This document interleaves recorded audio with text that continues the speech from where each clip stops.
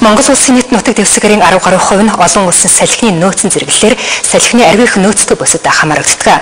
Clean Energy компани үүсгэн байгуулсан Newcom Group нь Төв аймгийн эсрэглэн сумын салхи тууланд салхины станц барихаар ажилд орлоо.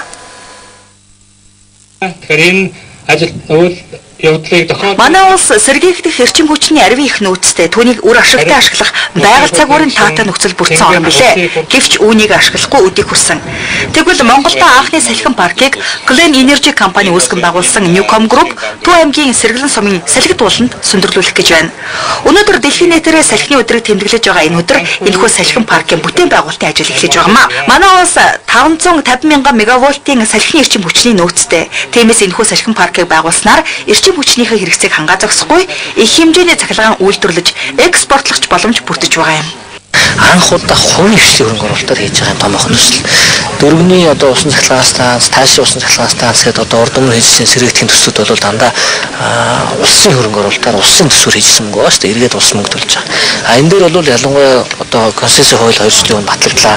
Энэ концессийн хууль батлагдсанаар энэ гэрээн дээр бол бид нар жишээлбэл эрчим хүч худалдаа авах гэрээ байгуулж, энэ эрчим хүч худалдаа авах гэрээнийхээ дагуу энэ хувийн компани маань өөрөө хөрөнгө оруулалтаа татаж энэ төслийг хэрэгжүүлэх болцоотой болж. Өөрөөр хэлэх юм бол засгийн газар бол энэ дээр эрсдэл хүлээхгүй харин гарсан бүтээгдэхүүнийг худалдаж авах юм үүрэг хүлээж байгаа.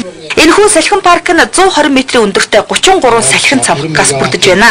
4 жилийн өмнө паркын ажлыг асмаачилсан ч өнөөдөр бүтээн босголтынхаа ажилд орж байна.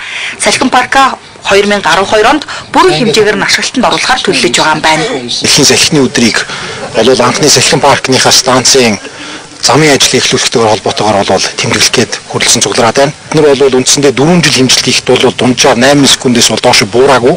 Тэгэхээр 8 секунд гэдэг маань бол дэлхийд дээр бол нэлээд хамгийн дээгүүр тооцох дэлхийн чанартай салхины одоо газар болж байгаа.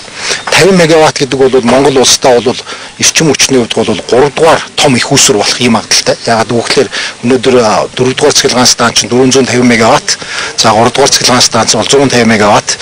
За энэ бол ингээд 50 мегаватт. За салхин паркийн ажилд Европын сэргээн босголт хөгжлийн банк болон Нидерландын олон улсын хөгжлийн банк хөрөнгө оруулжээ. Энэхүү салхин парк ашиглалтанд орсноор Улаанбаатар хотын агаарын бохирдлыг жилд 3-аас 5 хувиар, цахилгаан станцуудын нүүрсний жилийн хэрэгцээг 160-аас 190 мянган тонноор бууруулах болон цахилгаан үйлдвэрлэхэд зарцуулж байгаа усны хэрэглээг 1.4-өөс 1.9 сая тонноор хэмнэх зэрэг маш олон талын ач холбогдолтой ажил болох юм. Төв аймгаас Баяр Жаргал Алтнаар мэдээллээ.